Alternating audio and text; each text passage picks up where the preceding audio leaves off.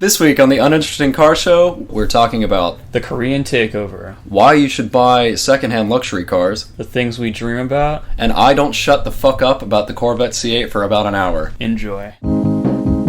Jag åkte ner till Stockholm och då fick jag se glänsande Porschar och BMW. Men jag har en kärra som är bättre än då, det är en Volvo 142. You hear this? That's a cold one right there. New intro. Alright guys, we're drinking Wicked Juicy Pineapple and Coconut IPA. This is my first impression. Take a sip. It tastes like every other IPA. What did we talk about last time? Oh, that's right. We talked about the greatest car in the world, the Ford Taurus. Yeah, I know we ended with the Mazda Luce or however. Oh, the 99, that amazing 13-beat arrangement. And I did some more looking around on that, and we did actually get the older one that looked like the Cressida. Yeah, but we didn't get the 13Bs on them. Because we live in America. I think we just had the V6, which we always get like the big torquey engine in America, I found, which is a shame. Yeah, it's just like, and it's also 4-speed automatic. Whatever.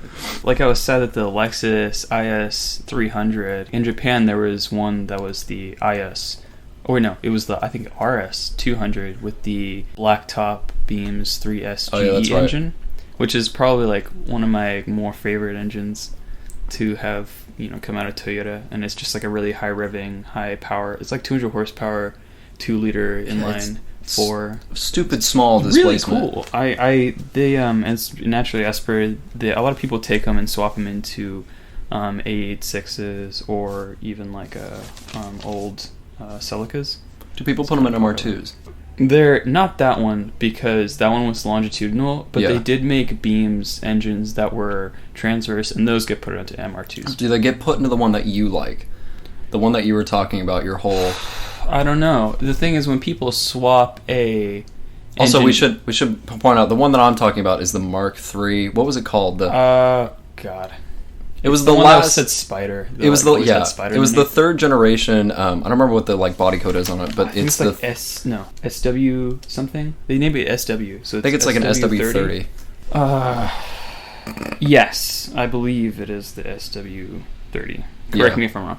But I believe when people do engine swaps, they put, and I think the engine series in the MR2 was the 1ZZ. I think they usually try and put the 2ZZ, because it's like, it fits really well, and it's like a, Is that like 1JZ, 2JZ type of upgrade, where it's a little bit, different, but it's still naturally aspirated. So, yeah, it's not like a huge jump in power, but it is significant. Is that what you would put in it? Because I remember you were talking about, don't buy a Lotus Elise, buy the third generation Spider MR2. Yeah. Why? Go into that. Because the Lotus Elises, I love Lotus. I think they're a really cool company, and I still am a really big fan of the Lotus Elise and Lotus Exige or whatever.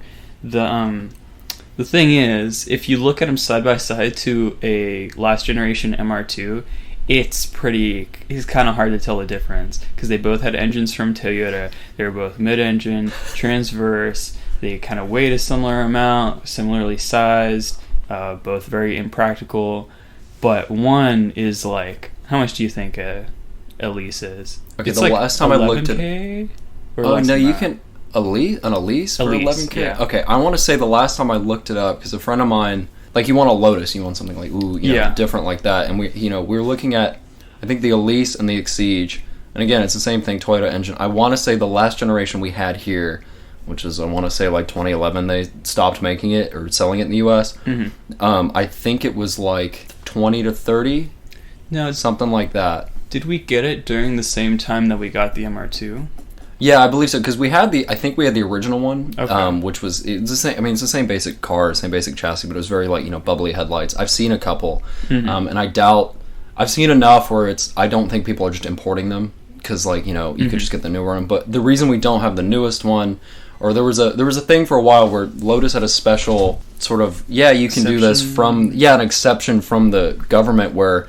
We're not allowed to have cars without airbags that are new unless you get some special exception like that. And they were allowed to sell the Elise here without the airbag or with, fewer airbags, something like that. And then I think that timed out or the laws changed and then they stopped selling it.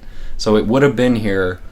I'm pretty sure it would have been here through most of the MR2's life, at least the second and third gen ones. Okay. So you kind of got like, you could see both of them around the same era, mid 2000s ish. Because looking at like the W30, it was made from 99 to 07. So it's like, I don't think it's a direct translation if we compare like a later Elise to older MR2, because of course the MR2 is going to be cheaper just for age.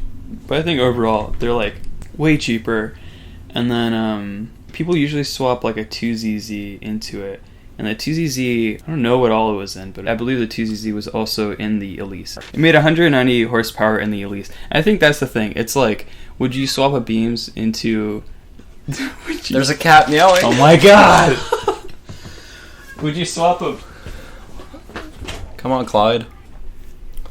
Would you swap a beams into an MR2? I guess you could into the late gen, but I think it would make more sense to put a 2ZZ because you end up getting kind of like the same power, but it I think is more compatible and I think is a more popular swap. Now for swapping stuff into the SW20, I think people do beams swaps into that, and I think actually it might have even been considered a beams engine that was in the SW20. I'm not 100%. Oh yeah, 3S GE, 3S GTE. Yeah, so I believe it was a beams engine in the SW20. Because they had a turbo one in the 20, didn't they? Yeah, that was kind of interesting. 3S GTE. It was like the turbo 3S GE. But let's see, the MR2 turbo actually like didn't look like it made that much more power than like a regular 3S GE, like the late gen black tops. It says like 225. That's still somewhere around there. I mean, that's not bad for the size, yeah. But like a naturally aspirated 3S GE can like make like around 200. The turbocharged one makes like about, or like not that much more than the. But I believe the black top that came in the ISs was like a lot newer, and like they had just like done more development with it. So. Yeah, and then how would you build? Because I know you were. What would you build? Because you were talking. You know, it's kind of like an Elise is like $30K. You know, used one second hand, but then you can do the SW30 MR2 Spider, and then you were talking about like how you can build that and whatever. Yeah, I found that there's this show called Best Motor Ring. Oh yeah, yeah. That it's like a Japanese show. Honestly, don't know that much about it because I don't understand Japanese. But I've seen like a few. I've seen like a few videos from them, and they had like this competition. There's like this huge competition where they like put a bunch of cars against each other, and it didn't win, I don't think, overall, but they had this like really tuned up MR2. It was not tuned to make like that much power, but it was tuned like for like really good grip, and it was really low and had like air and stuff. It was really cool. And it's like, I don't know, it probably wouldn't cost that much to do on an MR2, and you'd basically kind of have like a little mini race car. But it's like, I don't know if you'd want to do that kind of stuff to an Elise, because it's like a Lotus, and I feel like it's not as accepted, I guess. I don't know, because it's a Toyota underneath, but then it's like an MR2 you could do more with, and then it's cheaper and all this stuff. Now, I got a question. I don't know how keen you are on the MR2, but would that, so like kind of dream car, 5-car garage, however you want to like put it, would that make it into that sort of, would you go out of your way to go, okay, I've got a bit of money, I want to build an MR2, it's something I want to do, you know, and I want to have this, it's kind of a dream car, an attainable dream car type thing. Is that one of those for you? I mean, kind of. The thing is, if assuming this is like way in the future and like I have the money, it's like, would I get an MR2 or would I get something that's nicer and like more expensive, or would I get an MR2 and try to like build it up? The thing is, I really like a really done up MR2. I think it's super cool because you end up kind of, especially if you like put more power into them and stuff, it kind of becomes like a mini race car, like a little tiny Ferrari sort of thing, and I think that's really cool. And it's also like, it's super acceptable and available to do like mods on, which I can't say for that many other mid-engine cars. And I think that's kind of what makes it special.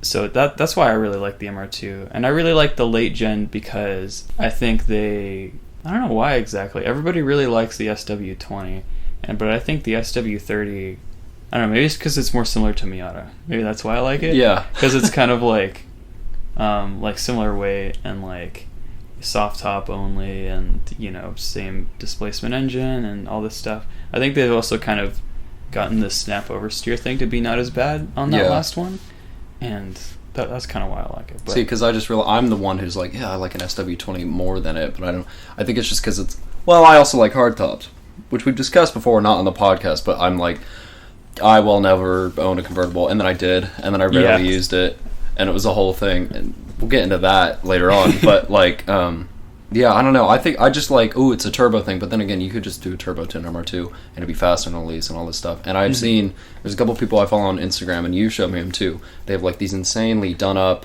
race car, like GT, like almost like a touring car, you know, SW30 MR2, and they're fantastic. Yeah, I believe the MR2 did have like a Le Mans MR2. Really? But of course, like Le Mans, like GT, you know, class cars, a lot of them are really heavily modified from like their stock counterparts. They're barely anything to do with the original car. Exactly. I'll talk about this later, but I think the Bentley Continental GT, I believe they actually made it rear-wheel drive and moved the engine back on it to race in that series, because it was the engine, if you don't know, the Continental GT is like really far forward. Yeah, VW do that to a lot of cars. Yeah, VW, it's like that like platform. So we'll look this up in a minute, but I believe they did that. But anyway, so this MR2, I believe they lengthened it and might have put like a longitudinal engine into it. I need to look it up.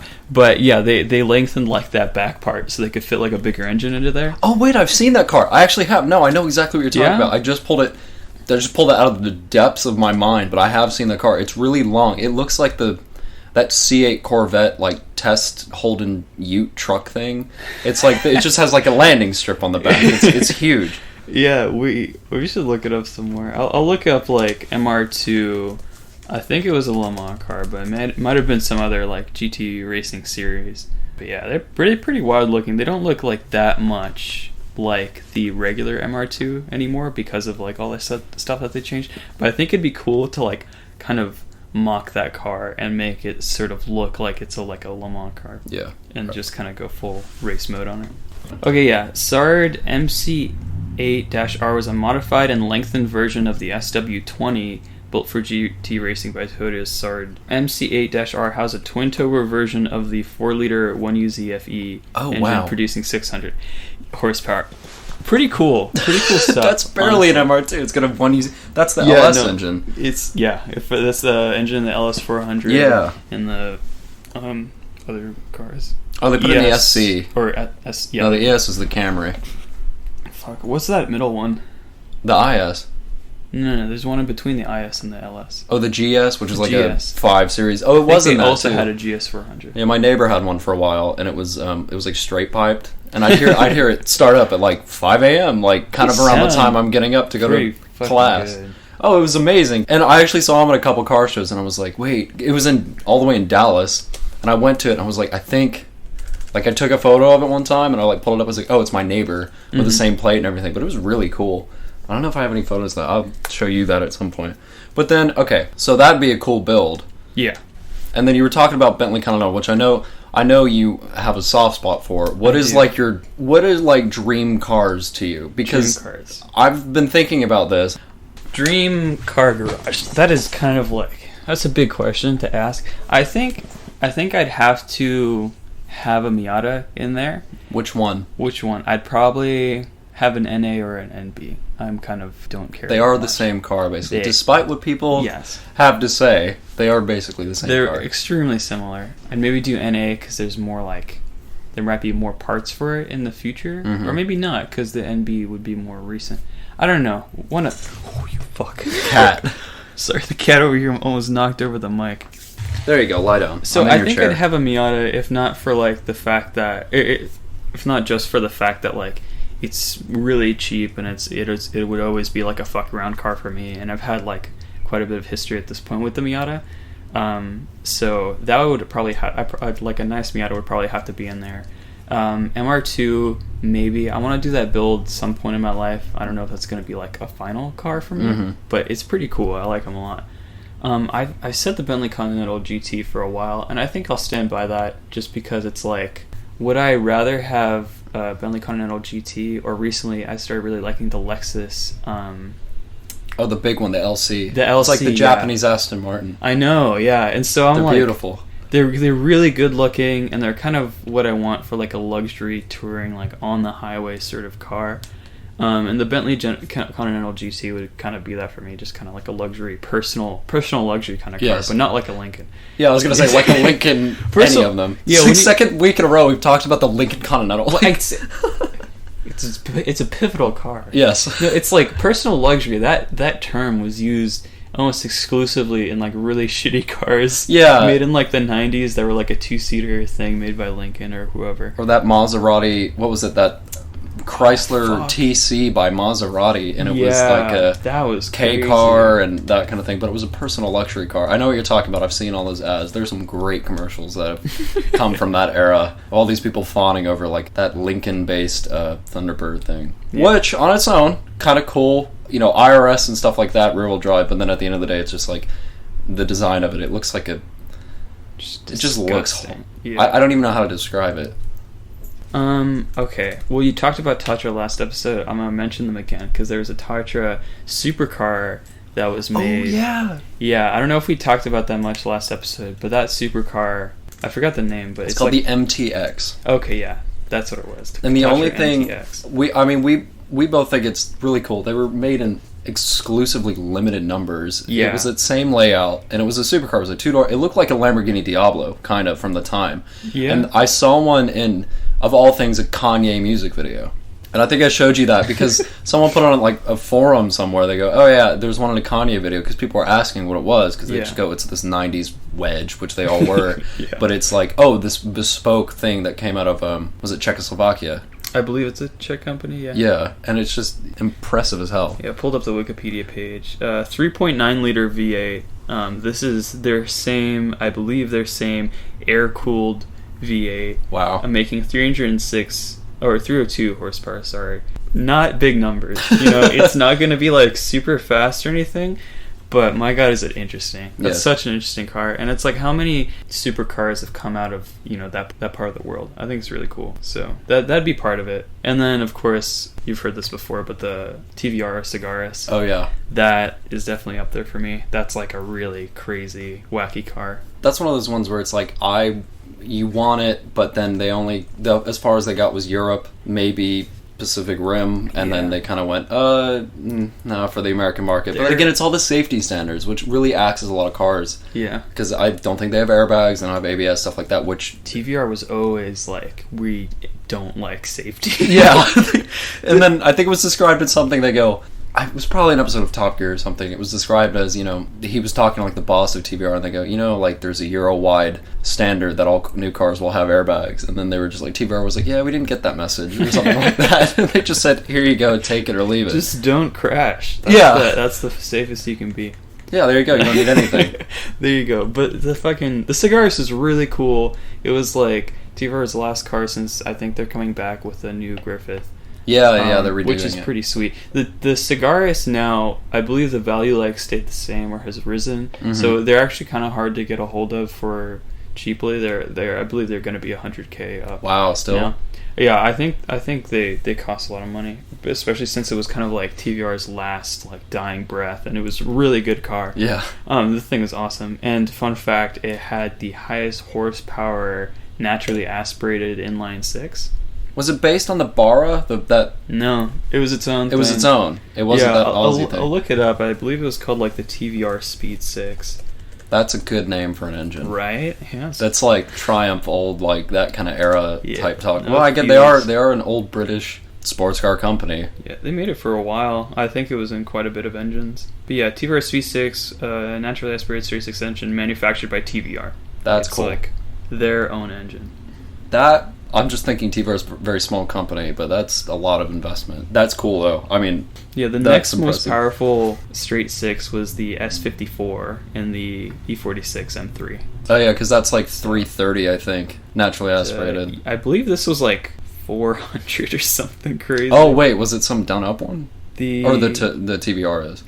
406 was the for the Speed 6. That's like something I would make in automation. In the Sagaris. Yeah, no. It doesn't seem like a real engine someone would make. 406 out of a naturally aspirated inline 6. It's pretty wild. And the displacement was 4 liters. So that's actually really good, like, horsepower per liter. Yeah. I found that, like, 100 horsepower per liter is, like, you're doing really well. Yeah. Like, that's not a lot of engines make it up to that point, you know? Especially naturally aspirated. Well, if you're turbocharging, you can get up to that. The Genesis I had, the second gen one, had 350 from 3.8, which isn't far off. Yeah, no, it's close. That's what impressed me so much about that car, is, like, you told me the horsepower. I was like, really? What the hell? From a V6? Yeah. You know?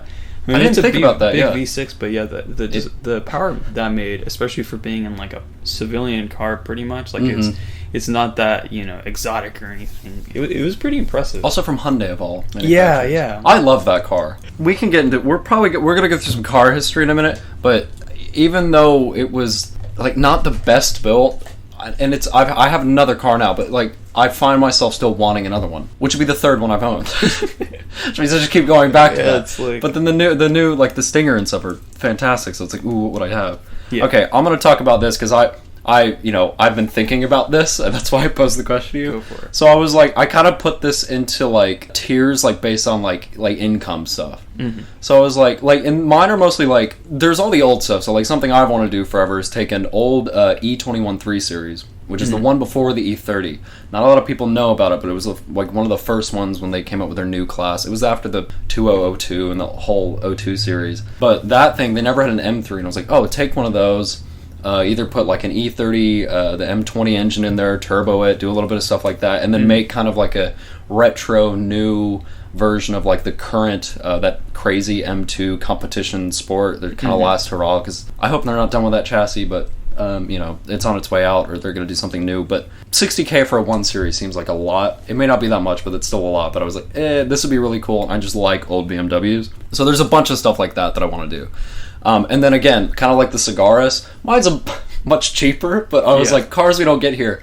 I just have a real want for a Silvia S15, which I know is really, like, mundane and mainstream, and people tear up all those old Nissan, like, 240SXs and 180SXs here, and they just go, oh, it's a drift car, and they ruin them. But, like, we never got the S15, which was, I think, the early 2000s, and if I do end up living in Europe, I'm going to get one because they're cheap and they're really cool, and you can put, like, an RB and turbo and stuff like that. Those are great.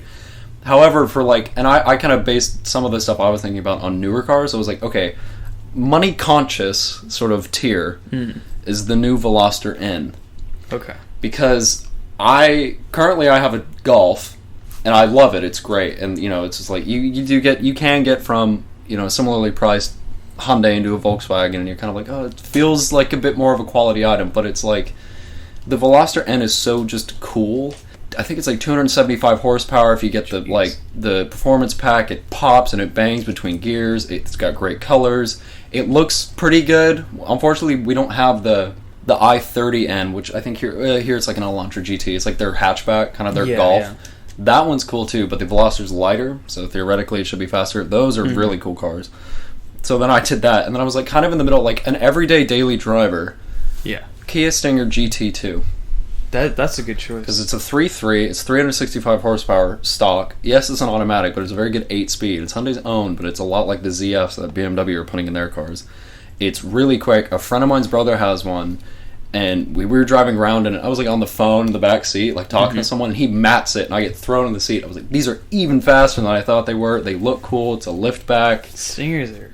They're big rad. brakes. It's just like, and the new Genesis, the G70, the baby one, is the same thing. Technically, that one could be faster because it's shorter and it's lighter, but it's like Kia's a bit more. It's the liftback. It's kind of a cooler car, and I think it's cheaper. Yeah, it's like I feel like very similar energy between those cars. But the thing is, the Stinger based on like looks and how they market it. Yeah, it's like meant to be a sports car. It's meant to be kind of driven harder. While the K70, it's meant to be like a luxury executive car. G70, David. Sorry, fuck. What's the K70? Is that anything? I think that's a gun. Sorry, the G70, my bad. It was meant to be marketed as like an executive luxury car. Yeah, they're taking on the 3 Series. But am I correct in saying that they're like very similar underneath? It's identical. It's the same chassis. Okay, that's what I figured. The G70 is just shorter, but it's the same. Yeah. Same underpinnings. You know, it's Hyundai. I say Hyundai Genesis sort of varnish on it, but G70 shorter. It's shorter by not much. The wheelbase is a little shorter, and it's not a liftback, so there's less metal there. Okay. But I was thinking like. Luxury usually means longer. Well, yeah. but it's probably just like a design thing. I just think they're both really good looking cars. Yeah, no, they do. Because I think really good. Kia Hyundai have been hiring, from all the research I've like seen and read and stuff, it's like Kia Hyundai have been hiring a lot of ex-German Audi. Oh, Actually, I think the head designer from Audi now works there, and that's why all Kias actually kind of look real nice now. Yeah. And then I don't remember who they got for Genesis, but they actually pulled BMW's old M division head for all their sports cars, and I think that's why all the stuff coming out of Korea is like doing a lot better. It blows really my mind. It's just because you look at a Kia Stinger, and then you can put that up against. You can't get an M. I mean, an M6 is going to be faster, obviously. Yeah. But if you put like a 650, which is I think the V8 one, it's like the bigger one. They're Grand Coupe. They're both the same shape, same size, same thing. It's got the lift back. It's the bigger one. It's not like a 3 Series size. It's the bigger size, 4 doors. The Kia is cheaper, has more options, is faster. Yeah. Is like these days, honestly, just as well built, more reliable. Yeah. Looks better to my eyes. It's like, why would you not get that? And that's why I love that thing. Once people get on this Korean car wave, it's gonna be crazy. Yeah. I think they're gonna like knock out a big part of the market that German cars have here, which is good and bad, I guess. German cars are pretty sweet, but I'm all for the Korean takeover. Yeah, I like it because it's something new. Absolutely, because it's been too long of like it's always the Japanese and the Germans, Cadillac's getting there now, but like Koreans have never been in that game the same way. No, and now they are, and I think it's really awesome. And like I said, I've had 2 Genesis Coupes, which that car came out. It was like it came off the. They say it's not a successor to the Tiburon. It is. Look at it. Look at it. They look the same, especially the first gen. But it was one generation. They just had a big facelift in the middle, and I had the earlier one and then the later one. It's like value for money. If you compare even the earlier one to, say, a 370Z, it's about the same amount of power. However, you get more space. You can put 4 people in it. It's got rear seats. Not the best. You've ridden in the back of my old one. There's not a lot of headroom. But in a pinch, it'll work. Yeah, so it's like you have that. You get more stuff on it. To me, it looks better. Also, the 370's been in production for like 150 years at this point. They have they need to change it. It's crazy. But it's same amount of power, or actually more power. You get more stuff, and I was like, oh, it's great. When I got the second gen one, it's like it's got like some leather stuff on the dash, like it's stitched. They fixed all the problems from the old one. You get more stuff. It's really nice. Again, it looks better. It's faster, way faster because it had 350 horsepower. Yeah, and then huge. It's just like blows my mind. The only problem with it is that whenever they designed it in 2006, 2007. While all the other cars they were making, like the Sonata, the Elantra, Kia, like the Soul, stuff like that, while those were really going and getting updated and getting better like quality and stuff by leaps and bounds, the Gen Coupe just kind of didn't.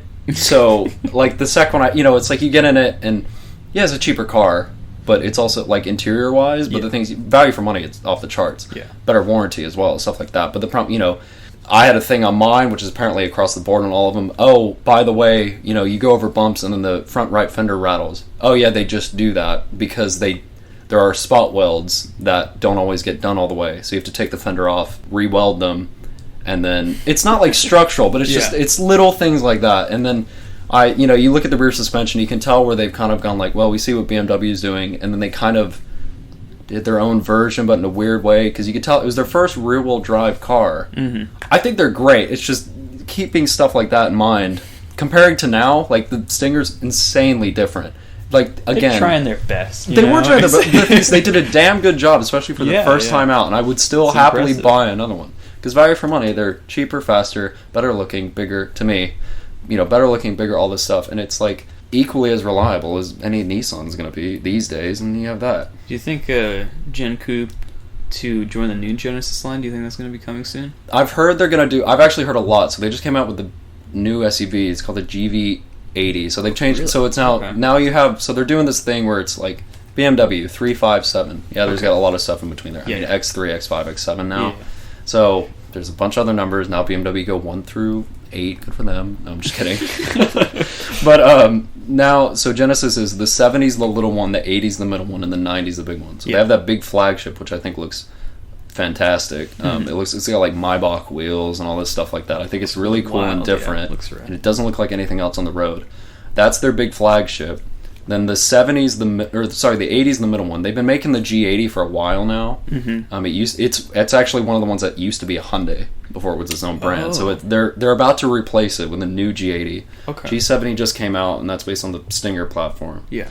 And then that GV, that's their SUV GV. So it's not just G, it's GV. I think the GV took the V out of the SUV. Which it stands perhaps for vehicle. Genesis Vehicle 80. Genesis Vehicle. So the GV80 just came out. That one looks really cool. And the interiors, again, the amount of change they do between generations of whatever is nothing I've ever seen before. It's just, they do so much, and it's so different and really cool. I really like that they're just going for gold on this. Yes. I feel like they're now working... Like, the Gen Coupe was, like, them working up to it, I feel like. Mm-hmm. And then it just went for it. Although there was, like, the Genesis brand, and they made some sedans that the dropped sedan in value a lot. Yeah, the sedan value. Well, because it's funny, if you look at the original Gen Coupe and the original Genesis sedan, they share stuff underneath. It's the same chassis, but different. Like, the Coupe's really hard and really like a Z car, and then the other one's a lot more like, I don't remember what Infinity it is, but if you park those two cars next to the Infinity, the G35, I hate the G35, but the G35 or G37, and then I think the sedan was called the same with Infinity. If you park them next to each other, they look identical. Like, you can tell where they were copying. If you look at that, but the thing is, where they've gone from that, completely different. Yeah.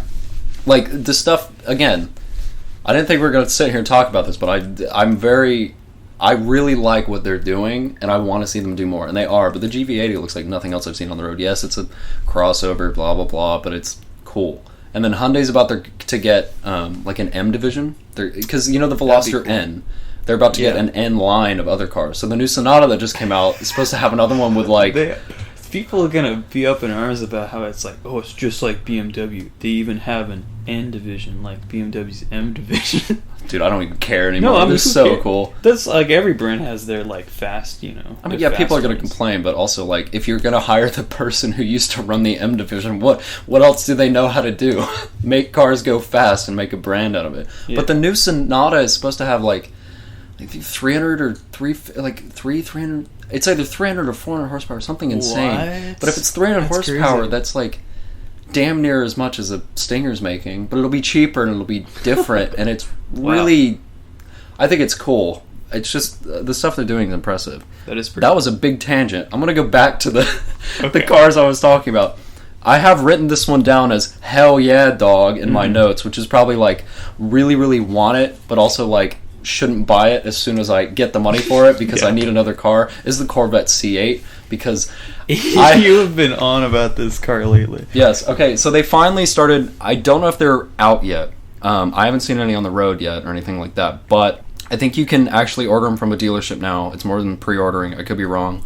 The time of recording, it's Saturday the 28th of February, so things may have changed by the time you hear this, but they did a bunch of press stuff. It's Friday. It's Friday the 28th. It doesn't matter. It's the last day of February.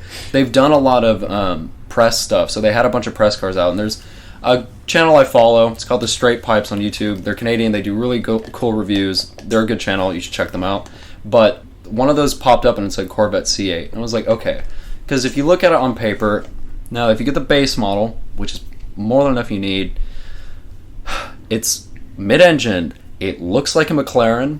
I think it looks really good from most of the angles. There's a couple angles, like, whatever. Even with the base model, you get, an LSD, you get flappy pedal gearbox, you get all the options. It's perfect as it is as a base model. And that says it's supposed to start at like 59 and change, so 60K. Yeah. So then they were test driving basically a base model. It was a step up or so, but driving that, and then they were driving the Z51, which is, I think they're, not the ZR one, not the crazy fast one, which I know is coming out later, but it's the sort of, middle of the road one, or it's the sport package. But they were driving that. It's got like a spoiler. It's got little canard things on the front. It's like it comes in these crazy colors. The interior's great. It makes like 500 horsepower, and they're saying that they're actually low on the figures, and it makes more than that. It's a good price. It looks good. I haven't stopped talking to David about this car since I saw this review and saw the Max drive it for about a week now. Yeah. I just like... It's understandable. I mean, the car is very cool, and I mean, Like really, if I was looking for like a modern mid-engine car, you know, that's like pretty much a supercar, it's like, what else would you buy for that money? You know what I mean? It's like that's kind of your only option for that. Yeah, and even if you get something used, actually that's the other thing. I know Corvettes hold their value pretty well, but even secondhand, you could get the like middle one, the top trim one, which adds a ton of stuff on there for like the price of the original one. And you know, I know it's dry sump, which is also cool, but I know, you know, it could be reliably. It's a Chevy V8. Rad. Yeah, it's really cool. I can't believe they're putting dry sump. Yeah, well, it's so probably so it could fit because it's, you know, a big V8, but it's a big Chevy V8 6.2. That's like gas, yeah. At the end of the day, you know, and then you kind of look at it and it's practical. Like it has spaces to store stuff. They all have T-tops if you want that, so you can get that, or you can get a full convertible. There's nothing. It's kind of like the original Honda, you know, like the Honda NSX, like the original one. Yeah. And people were kind of like, this is a supercar you could drive every day. Yeah. Like you could, you know, it's a dailyable car, and it's fast. It's not like insane, you know, it's not a McLaren P1 or like a Lamborghini, but it's damn quick. Mm-hmm. It's the same thing. I want one of those so badly. Like as soon as I find the money or something. Well, I mean, I'm a student now, so I'm going to keep saying that, but as soon as I find the money, I want one of those in my garage. They're sweet. Yeah, and Corvettes do hold their value surprisingly well. Yeah. I can't say surprising, because I feel like sports cars actually hold their value pretty well. Not Miatas. Well, okay. Well, yeah. But it's like, the Miatas are, you know, pretty much like they're like the big disposable lighter cars, you know what I mean? Like, people don't really care about them. But, like, I feel like sports cars hold the value really well because, like, I've thought about this before. The essence of, like, driving a sports car, it stays kind of timeless. Like, it's the same kind of experience, you know? And it's, like, it doesn't even matter if you got, like a trimmed up one or not, because like what's going to matter to people who buying it secondhand is that like driving experience, and that's always going to be there in that car. So yeah, but if you buy a luxury car, the luxury feeling is going to slowly fade with time as luxury features increase in the future. That's why prestige cars are a great secondhand buy, because I was doing, like, when I was looking around for my current car, which I currently have a Mark 6 2013 Golf TDI manual. It's a sport line. It's got some other options on it, but when I was like looking around for that, there's the amount of BMW 3 Series that were the same price as it. I mean, roughly, they were a little bit more, but it's like, so I was talking to someone else about this, but the best thing you can do is if you want to spend, like, let's say $20,000 on a car, which is a pretty average kind of, you know, secondhand car, you know, it's pretty young mileage wise, you know, it's going to be reliable, you can get warranty stuff on it if you want, and it's be pretty new. Yeah. So the best kind of, and you'll see a lot of cars like that kind of for sale, like that's a very big margin, especially like 4-door sedans. So you could buy either, you get a secondhand Camry. Now it's going to be priced higher because it's a Toyota, you know it's not going to break. Camrys hold their value pretty well. They hold their value. It's that kind of thing. You know, it's not a Lexus, but it'll be nice. It won't break. You won't have to worry about it. For the same amount of money, you can get a 3-year-old just off lease, which is the other thing. Is people who have the money to buy prestige cars, which is I think kind of the technical term for it, they're not going to keep it for a while. They're going to buy one, lease it for 3 years, and get rid of it. I've never heard of the term prestige car. That's how I think it's described, just in the sense of, like, I don't think it's a marketing thing, but if I don't know how to categorize, you know, luxury cars, like a Mercedes. It's not like luxury, but then it's also, it's just based on like initial prices, I think, where that term comes from. But if you take like a prestige car like that, BMW, Mercedes, you know, even Audi, stuff like that, Range Rovers, Porsches even. Porsches are kind of different because you pay a lot for the badge, even more so than you do for like a BMW. But, you know, for the same price as this Camry, you can get a, you know, 3-year just off lease BMW 3 Series. And the thing is, because they just crank those things out, because a lot of people, especially like people go to school, they go, oh, I finally got a job, I can make enough money, you know, I want to say I've made it, and they go and buy like a 3 Series or something like that. They'll buy it new or that kind of thing. But because of that, it's such a popular car, like so many come out and over again, that they're flooding the market too. So they're cheaper also because of that. And the same with like C-Class Mercedes and Audi A4s, A3s. It's because it's the entry level, more people buy it. So because of all that, you can get a BMW for the same price with warranty left over, with like 20,000-30,000 miles, and you're good. So you know, you have that whole thing about it, which is, I think, the fantastic way to spend your money. Now then, it is more technical, so just keep that in mind if you are going to do this. You know, don't just say, yeah, I bought it, I'm good. If you're not going to work on your car your own, you know, maybe get the warranty, get extra warranty with it. You can normally get them certified, stuff like that. But it's like, I don't remember what the original point of this is, where I was going at this point. Yeah. But just because of that, I don't know. I think we've just done consumer advice. Well, I mean, it's like, in my mind, BMW is actually not that expensive of a car. Because they're expensive new, right? Yes. But because they tank in value so much after they've been used, you can find used BMWs for like not that much money. Yeah, and I just think a lot of people don't realize that, or they won't go after it. Now, the people who do then get a good deal, but that's the thing. They don't, because there's so many of them, because it's like, not a consumer durable, but because there's just so many of them, it's not like a sports car, because it's a luxury type prestige car. That's the original point it was. Yeah. But because it's like this kind of prestige car, it's not like a sports car where... It is and it isn't, because BMW normally, I always saw it as like, BMW makes sports cars, Mercedes makes muscle cars. Mm-hmm. Obviously not if you get like a 4-cylinder one, but you know what I mean. Like Mercedes does muscle cars, and then Audi does kind of their own thing. They're all-wheel drive, off-road, you live in the north kind of, you don't want a Subaru type car, but of the German marques, that's how I've always like thought of them. Yeah. Because like a friend of mine, I'll say something like, oh, have you seen this new, BMW, whatever, like, oh, I really like this, like, M3, M5, M4, or something like that. He's like, oh, I'd rather have a C63 AMG. Yeah. And the reason is he likes a V8, and he wants that, and that's what he wants in his future, and I'm more like, I kind of want, like, a sportier car, more, like, lighter, 6-cylinder engine, like, it feels more sprightly. It feels more like a paintbrush instead of a hammer. That's an interesting analogy. The sports car, luxury car thing to me is like, if you're looking at used BMWs, the closer you get to a sports car, the better it'll hold its value. I feel like I've seen. The things that hold their value the least are like the 7 Series, like the big ones. Yes, they just tank. They just die, and it gets better with the 5. It gets better with the 3. Mm-hmm. Although as you go down, it also gets cheaper.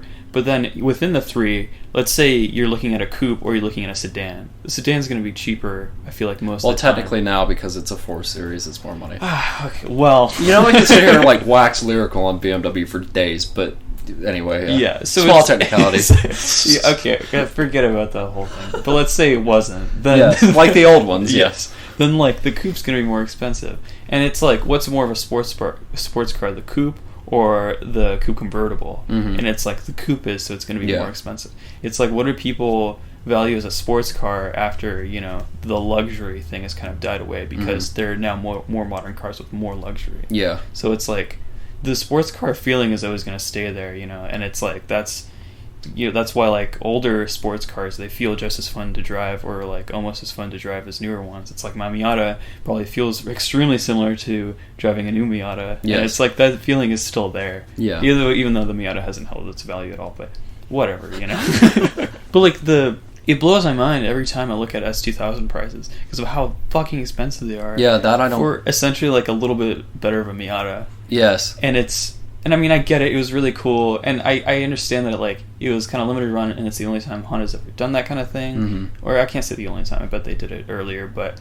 it's rare that Honda does that kind of thing, and they don't make them anymore. Like, there's a modern Miata that you could get, and so if for some bizarre reason the NA just skyrockets in value, like the S2000 has its, you could just buy a new one, and then you just have pretty much the same car. But you can't do that with the Honda. Yeah. So I bet that's why, but it's still kind of weird because you look at the alternatives and you're like, why wouldn't you just buy a Miata, or why wouldn't you buy an MR2, or why wouldn't you buy like a, why wouldn't you buy like a 3 Series? So, but yeah.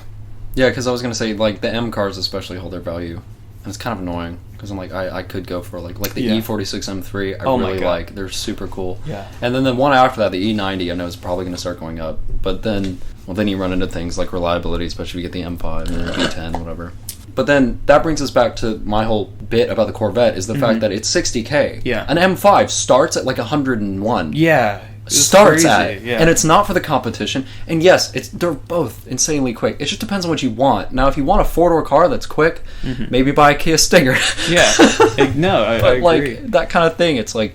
It just depends on what you want, but as far as like supercars go, and it's up to you if you want to say it's a supercar, it's not a supercar because it's a Corvette. Maybe the ZR1 will be, depending on the thing. Because it's the same thing with like the Porsche 911. Is it a supercar or isn't? But then you've got the Carrera, and then you've got the Turbo, and then you've got the GT2 RS and GT3 and all that kind of stuff. Make your own mind up about that. But I just want one. That's all no, I understand. That's a very... Yeah, no, I mean, it's just it's awesome, and you show me the interior of it. Yes, it's beautiful. It looks like an exotic. It looks so cool. Yes, it looks like, I feel like, cooler than a lot of exotics look. Yeah, and it's got the cocoon thing. Yeah, it's got super cocoon. The like 4th gen Supras have, where it's like a cockpit on one side. It looks like that's why I love it so much. It looks like a cockpit of a spaceship. Like, it's super. Hold on, I'm gonna look up. This is a super big tangent.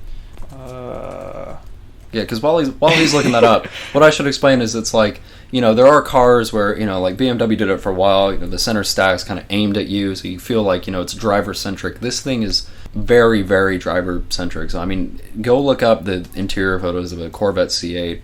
Again, there's a bunch on Chevy's website if you want to build your own. I sound like a spokesperson for them, but I'm just really mad cool. about it. Like, objectively, they're like the best. If you want that class of car, if you want like a mid-engined, you know, high horsepower exotic, pretty much, then that's like the car to buy. Do you remember? You know? Do you remember Chrysler's old?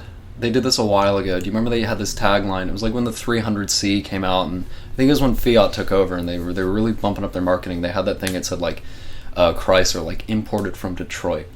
What? But it was, I don't know what, I don't really get it. It's one of those taglines that I think doesn't work, but.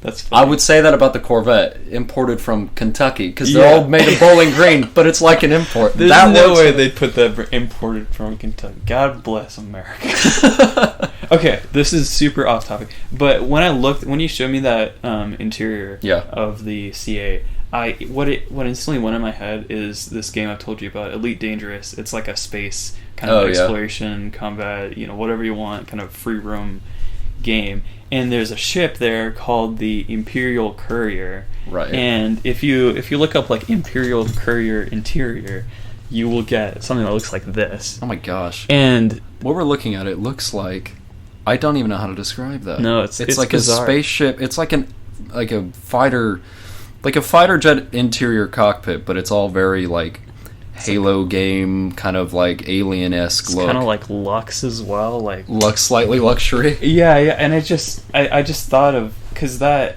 I don't know, I just thought of that interior because that was what it reminded me of. I don't know why exactly, but I just like sorry, this is a big tangent. In that game, like the I believe the manufacturer of this the Imperial Courier is like Falcon de Lacy, and they always make, but this is like a fake manufacturer, by the way.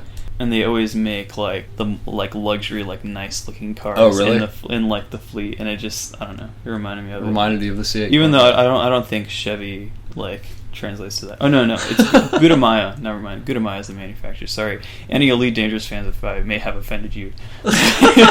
Not Falcon de Lacy. That's cool. I don't know why that was. I'm so mad about that car. It's I really keep thinking cool. about it. I just like, no, it's rad. I really hope, and people have said like, oh well, you know, it's just cool because it's new. I was like, yeah, it is because it's different. And then my dad was saying something where he said, well, you know, they're saying they're not going to put chrome wheels on it because, you know, younger people don't like that. And then I was like, I mean, they could say whatever they want to, but it does look really good with black wheels. That's all I'm saying. They see younger people like, I don't like chrome wheels. I must say it. I don't like. I like the ones I got on my car actually. Yeah. I don't know why. They're like, chrome. I mean, they're not bright. They're not. Okay, they're not chrome in the sense of chrome. They're silver. Okay. So I don't know. I think that's different because the thing is, GM said that, and I was like, I don't think any Corvette has chrome, like 1960s chrome wheels. I think chrome, I think like polished mirror finish.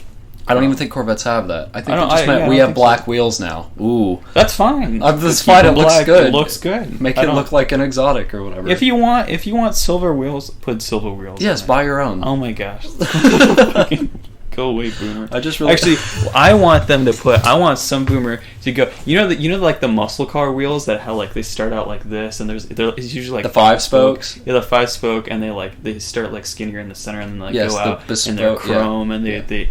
I want someone to put that on a C8 Corvette. That would be disgusting. With really tiny rims and like a fat tire. Yeah. Oh my god. So it looks like a Corvette from the 60s, but also not at all. Yeah, and then put like drag wheels on it and give it some poke in the back. That'd be amazing. Actually, hilarious. I bet they're gonna, when those come to the general public, I bet people will start putting drag radials on them and putting them down the drag strip. I want to see how it probably does really well on the drag strip. They're very quick. I've watched acceleration videos. I really am a fan. Okay, yeah. People are definitely going to do that. Yeah. I wonder how the demographic's going to shift for people who buy the new Corvette. Yeah. Do you think older people are going to say like they deface the Corvette brand and like all this shit, or do you think they're going to embrace it? That's what my dad was saying, because he said, well, you know, I think the price of the older one's going to go up. Mm-hmm. And I was like, well, like, I could see that because it's a different... it just depends on the buyer market. Because the thing is, every time I see a Corvette, it's not someone in their 20s or 30s. It's always like a middle-aged white man. It's always a dad. And, like, his wife, and they're, like, going to play golf. It is a dad car. I just don't think... Because I don't think a dad would buy that, because he'd be like, well, that's too exotic. That's too, like, much. You know what I mean? That's my thought. But the thing is, it's also, like... I always felt like the fast Camaro was too close to the Corvette. Yeah, me too. And so it's like, why buy a Corvette when you can just buy like a fast Camaro? Yeah. And be done with it. And so it's like, I support this change, and I think all the dads should just move to buying Camaros. Well, that's the thing. Just buy a Camaro. You want a Corvette with a front engine? The same car. Well, that's the thing. What is it? The Z... Not 71, that's trucks. The Z, is it not ZR1? No, ZR1's Corvette. I can't remember. The fast Camaro? The really fast Camaro. Yeah. Though I think that car is awesome too. It's like, cause Ford doesn't really compete with that necessarily. I mean, they do now. They've got that insane GT500. But I've really liked that too, because there's a guy in one of my classes who had one. Because he works for GM, and then he was like, yeah, you know, I have this. And I was like, wow, that's amazing. But then, yeah, you look at this, it's big V8, supercharged, whatever. It's front engine, rear wheel drive. And then you compare it to a Corvette, the older one, the C7, and you kind of go, well, why would you have this if it's kind of like, it's a little bit cheaper, it's faster than the base model Corvette, it's bigger, it's got 4 seats.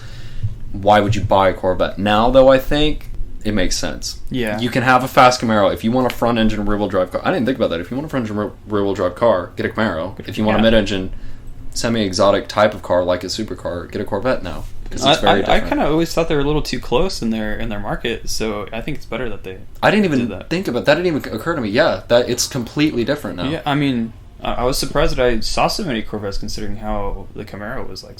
But I do see a lot more Camaros than I do Corvettes. Yeah, I mean, obviously, especially the SS. But you get a lot with the SS too, because it's a 6.2 and stuff like that. I want to go over our podcast name ideas. Oh God, yeah. Yeah, just because I think they're hilarious.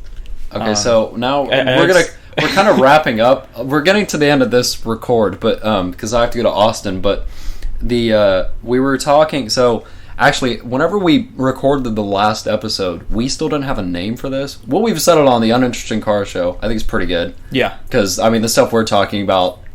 Super random. These cars are kind of interesting. Right? Well, they are to us. That's what I'm saying. Is because if you have like any normie from the street who goes, "Oh, Bugatti Veyron's the best car ever," you're like, "No." But this is a bit more.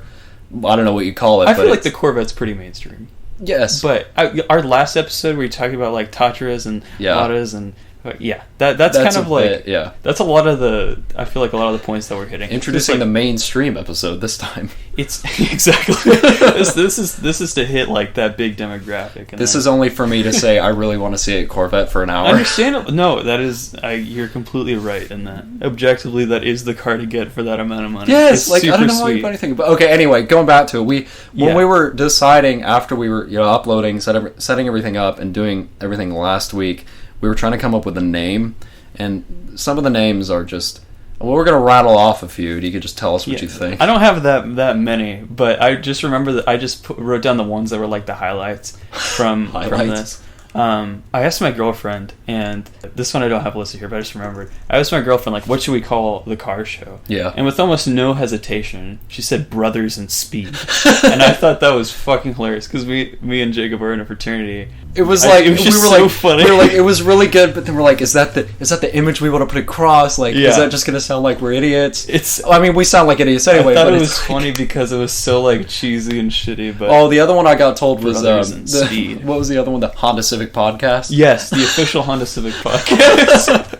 We never talk about the Honda Civic. I know. No, I think it'd be really funny to do like the official like Ford Flex podcast, or just That'd some be like great. really stupid, like, and just But the thing is, no one would ever click on that. Yeah, that's why I say. That's why we've got the Uninteresting Car Show. It's a bit more broad, and we could talk about random other stuff too. So like, who cares? We were thinking of some puns when that Jacob came up with. That escalated quickly, like the Cadillac Escalade. That was horrible. And I was like, that's kind of good.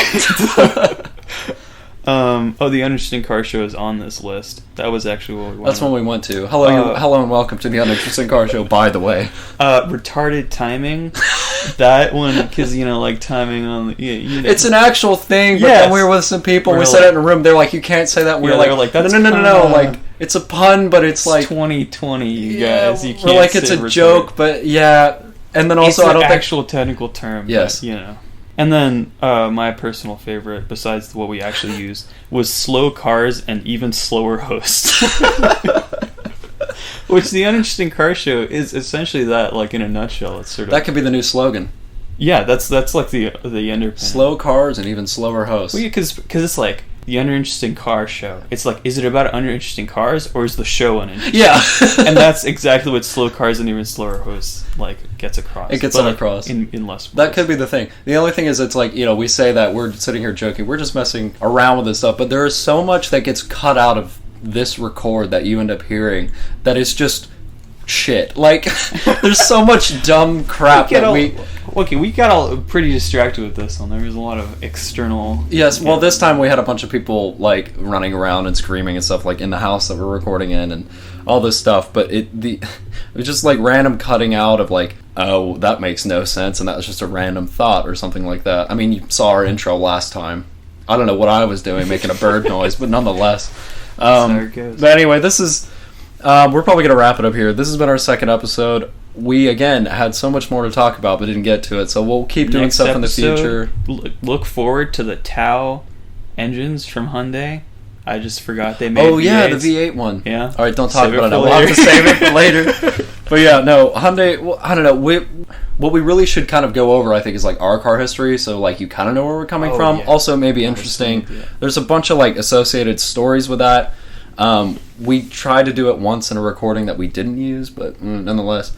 But anyway, we'll probably do that next time and kind of talk about it, and then, I don't know, try to, I guess, have y'all get to know us a little bit more and kind of, we're trying to like get this audience thing going as, hopefully more and more people start listening to us. And then speaking of listening to us, we're now on Spotify, we're on SoundCloud, we're on YouTube, we're on Anchor FM, we're on some other streaming services. We should be on Apple Music in the next coming week or so, look out for that. An array of areas to listen to us. Everything gets uploaded on Mondays, so keep looking forward to that. We're going to do these weekly, and we're going to hopefully start here soon setting up some social media so we can kind of reach out and even get ideas to talk about and stuff like that. And I don't know, maybe one of these days we'll do a live one. Ooh, that'll be fun. I'd love to do it live. Once honestly, we get an audience, that would be great. I'd love to do it. That'd be a little more stressful, but that'd be fun. I'm much better live, I'm on it. No, it's probably bullshit. I'd probably have a heart attack by the middle of it. Just like the pressure. The pressure of the dead air thing, which again, we edit a lot out because it's just us going, big blank space, cat walks around, and then we go, yeah, anyway, and then keep going. Whenever I want to look something up, I just like... Yeah. This show is legitimately run by Wikipedia. Yeah, absolutely. But in the best way. Sponsored by Wikipedia. Dude, if they would sponsor us, that'd be great. They're like a non-profit. I don't think they have the money to sponsor us. Yeah, you're right.